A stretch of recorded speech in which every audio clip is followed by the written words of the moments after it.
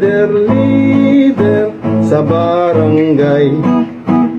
Ang pangalan ko ay ilagay sa listahan ng ayuda.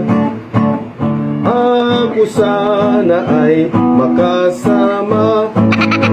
Pag may ayuda na, ako'y nagtataka. Puro kamag-anak nyo ang nakalista. Nakakasali lang at naililista. Pag ang ibibigay ay gamot na pampurga. Mother leader sa barangay, unahin nyo daw ang mga tambay. Ang ayudang ibibigay, handa raw magtiis at maghintay.